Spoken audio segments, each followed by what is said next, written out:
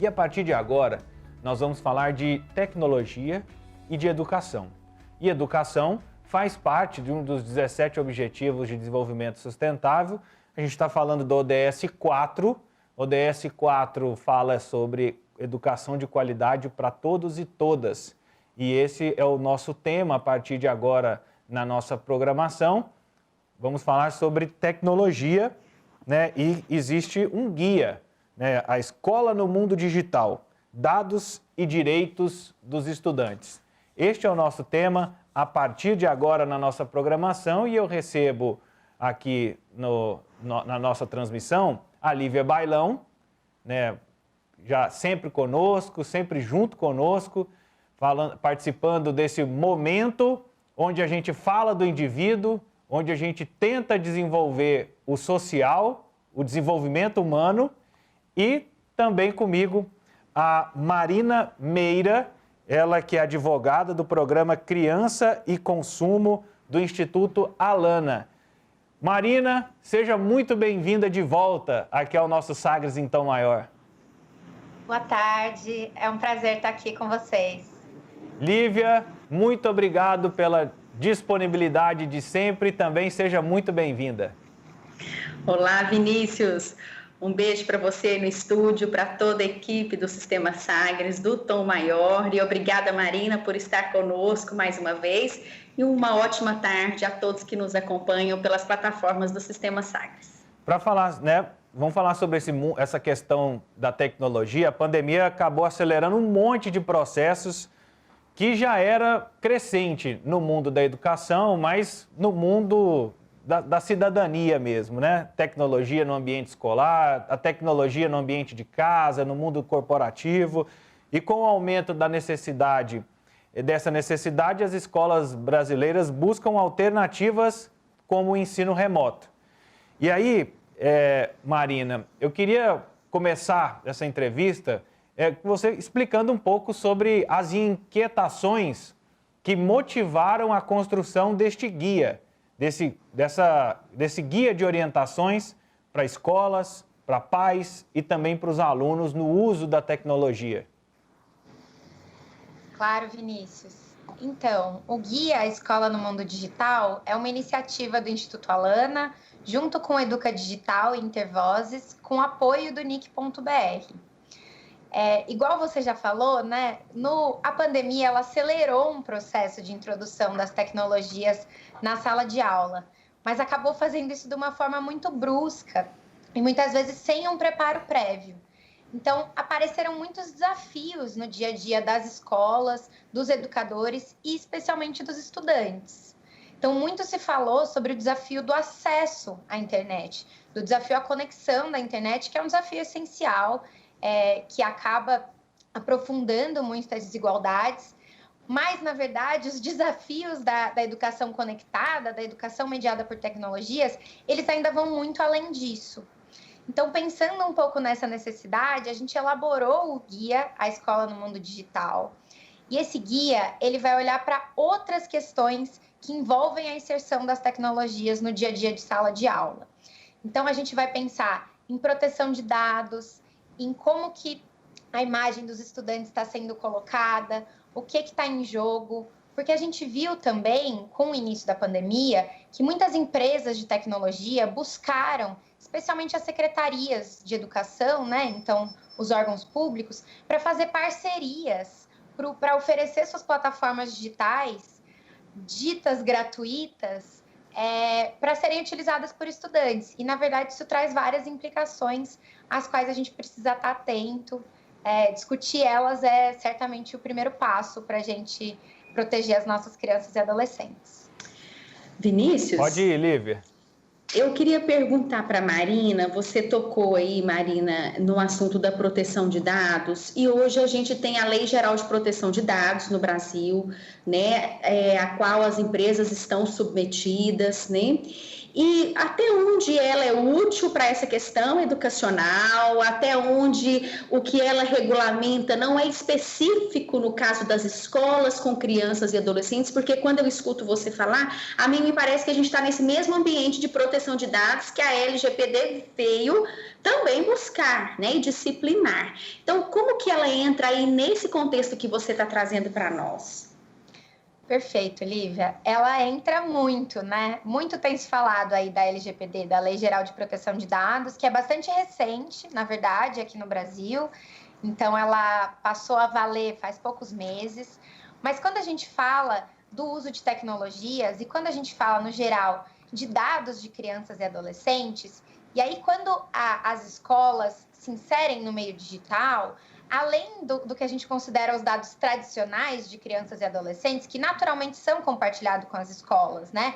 Então, dados cadastrais, fotos das crianças e adolescentes, dados sobre o desempenho escolar daquela criança e adolescente que vão sendo acumulados ao longo dos anos. Mas a gente fala também de outros dados. Então, o login na plataforma, o e-mail, a senha. E muitas vezes dados que a gente não percebe que estão sendo coletados e que vão entrando aí no grande banco de dados estudantis. Então, a depender do software, da plataforma que aquele estudante está usando, que aquela escola está usando, o registro de acesso, todos os sites que aquela criança acessou, os cliques que ela deu, às vezes até o comportamento dela em redes sociais ou em outras plataformas, também é captado e coletado por essas empresas. Por isso que é muito importante a gente falar em proteção de dados nesse cenário da escola no mundo digital, né? E a Lei Geral de Proteção de Dados, ela certamente vem para oferecer aí balizas, para oferecer garantias aos estudantes, aos educadores, às escolas, às famílias, enfim, a todo mundo que está nesse grande ecossistema complexo. Marina, e quanto as secretarias, as escolas estão cientes desse cuidado, desse risco, né? Que quando buscam plataformas, acabam olhando só a questão da conectividade, né? O quanto as instituições estão atentas, que se a gente colocasse uma taxa de atenção de 0 a 100, qual que é o nível hoje das secretarias, das instituições nesse cuidado com os dados? Olha, Vinícius, colocar uma taxa é um grande desafio, né? É muito difícil da gente colocar isso. Mas acho que um ponto que é essencial para a gente reforçar aqui, a Constituição Federal, ela determina que a responsabilidade na proteção e na promoção dos direitos de crianças e adolescentes, ela é compartilhada entre todos os agentes da sociedade. Então, muitas vezes, quando a gente fala da proteção de crianças, inclusive no uso de tecnologias, a gente pensa diretamente nas famílias, né? Então, as mães, os pais precisam estar atentos ao conteúdo que as crianças estão acessando, eles que precisam estar preocupados. Quando a gente fala do contexto da educação, a gente pensa muito também nos professores e nas escolas, mas justamente o Estado, então as secretarias de educação, sejam elas municipais, estaduais, enfim, o Ministério da Educação também em nível federal, também tem aí uma responsabilidade, mas as empresas que estão provendo essas tecnologias que vão ser usadas em sala de aula também têm uma responsabilidade. E, na verdade, quando a gente está olhando para o cenário aí da pandemia, que foi um cenário tão complexo, enfim, que deixou todo mundo numa situação muito delicada, né? As empresas, elas estão numa posição que não é horizontal em relação às famílias. Então, as famílias estão lidando com diversas barreiras que vão desde o acesso, né, até como que elas vão mediar o uso de tecnologias por crianças e adolescentes, se vão conseguir fazer isso, fazer com que esse seja um acesso de qualidade. E as empresas não, as empresas elas desenvolvem esses softwares, elas lucram muito com esses softwares, com essas plataformas, e elas estão numa posição que elas podem oferecer proteção às crianças e adolescentes, restringindo, enfim, a coleta de dados ou fazendo produtos que sejam amigáveis, que efetivamente protejam os direitos de crianças e adolescentes.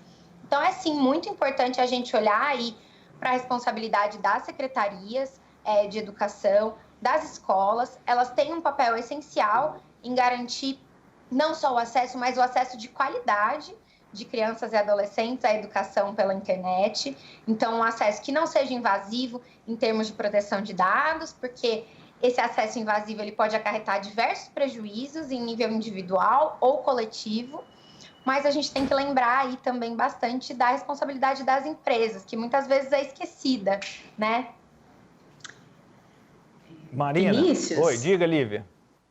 Posso perguntar uma dúvida aqui para a Marina?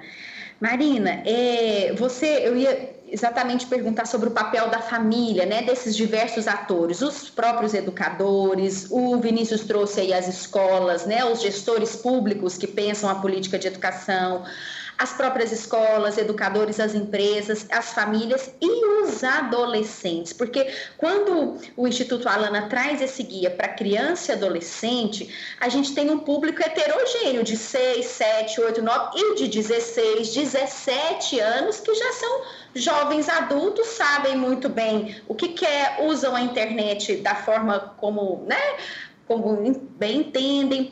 E aí, como é que fica o olhar sobre o olhar para esses adolescentes, a política de proteção para eles? Com base mais na conscientização? Como é que vocês lidam com essas diferenças de 0 até 17 anos, porque, né, adolescente tecnicamente no nosso país, hora que faz 18 já não é mais, né? Mas então como que o Instituto Alana lida com essa multiplicidade, essa diferença do ponto de vista da educação, né, para todo esse público? Esse é um ótimo ponto mesmo, Lívia. Quando a gente está falando de adolescentes, na verdade, quando a gente está falando de estudantes, né? E o foco que o guia traz é esse de crianças e adolescentes. Então, são estudantes do ensino básico. A gente está falando de faixas etárias muito diversas. Então, é claro que as recomendações práticas para o uso de tecnologia de crianças na primeira infância não é igual o de adolescentes, enfim, que já estão aí com 16, 17, quase 18 anos. Mas uma coisa que é importante frisar, eles ainda todos são estudantes que estão numa fase peculiar de desenvolvimento, né? Estão descobrindo. E muitas vezes a gente pensa que, como essa geração, enfim, de crianças e adolescentes já é praticamente nativa digital, então já nasce muito ambientada com as tecnologias, já começa a usar tecnologias desde cedo, a gente às vezes acha também que isso significa que eles saibam se proteger no ambiente digital. Mas nem sempre isso é verdade, né? Então, no guia, a gente traz diversas dicas práticas, né, que podem ser feitas para responder um problema da proteção das crianças no ambiente digital, que é muito complexo, mas certamente a conscientização é um deles. Então, a cidadania digital, a educação para a mídia, o empoderamento digital que a gente fala. Então, desde o início, nas escolas, a incorporação dessas discussões sobre o uso saudável de tecnologias com crianças e adolescentes, ele é muito importante. Debatendo sobre esses temas, entendendo eles a fundo, que a gente vai poder ensinar e ter crianças, adolescentes que saibam viver bem no ambiente digital e aproveitar as tecnologias, né? Porque eu não quero também que essa fala pareça desanimadora, chamando atenção para os riscos, para as ameaças que o uso de tecnologias nas escolas traz, porque a gente está vivendo um cenário em que as tecnologias estão sendo muito importantes. Elas têm um papel essencial. Então, a gente precisa discutir justamente para que elas possam potencializar direitos.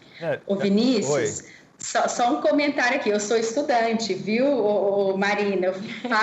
Sou estudante universitária. E aí, assim, eu tenho login. O meu primeiro curso superior foi quando eu adquiri um computador, que eu comecei a digitar. Aí, agora, até a carteirinha de estudante já é no celular. Aí, Vinícius, eu tenho login, eu tenho senha. Estou ouvindo a Marina falar aqui pensando, ai, meu Deus, olha o perigo dos meus dados lá no aplicativo da faculdade, da universidade. Mas é isso, né? Como você falou, o desafio da gente aproveitar o lado bom, que é essa fluidez, essa rapidez com que as coisas acontecem. Todas as minhas faltas ficam inseridas lá, todas as minhas notas, eu vejo todos os horários, tudo no meu celular, né? Então, isso é um facilitador. E para os estudantes, para os adolescentes também. Mas, em contrapartida, tem a questão dessa exposição, do que vai ser feito com esses dados, os acessos que eu faço, né, nos outros aplicativos do meu telefone.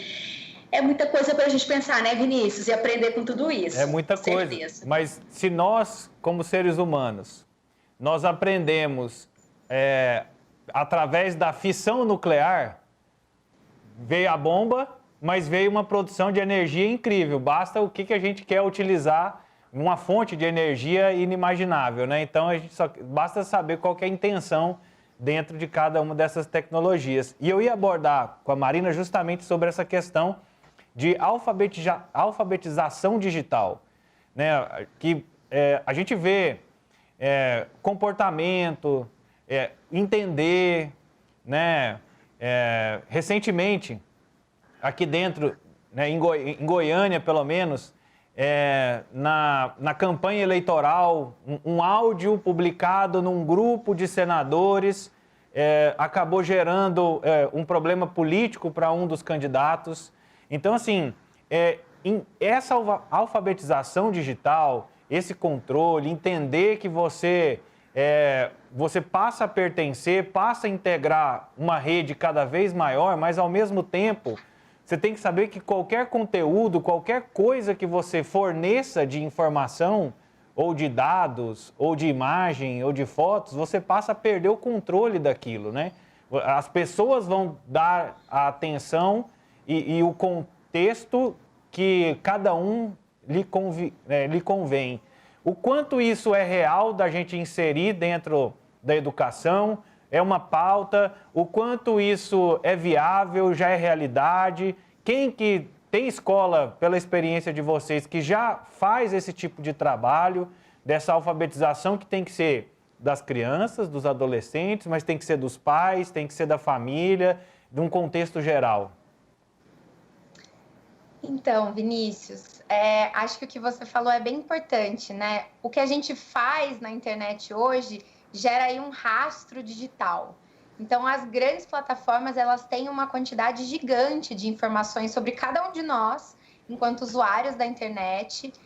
E é muito importante também a gente cobrar essas empresas para entender qual uso vai ser feito disso, né? Especialmente, de novo, frisando, quando a gente fala de crianças e adolescentes.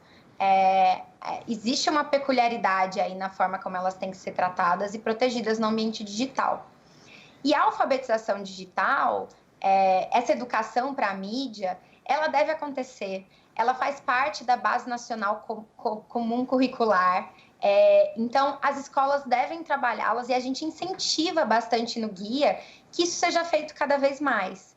É claro que é um desafio, né? Num contexto de dificuldade de muitas escolas que estão passando, ainda mais nesse momento, ensinar sobre cidadania digital. E a cidadania digital, ela vai mais do que como usar, né, computadores, celulares, mas justamente também entender criticamente tudo isso.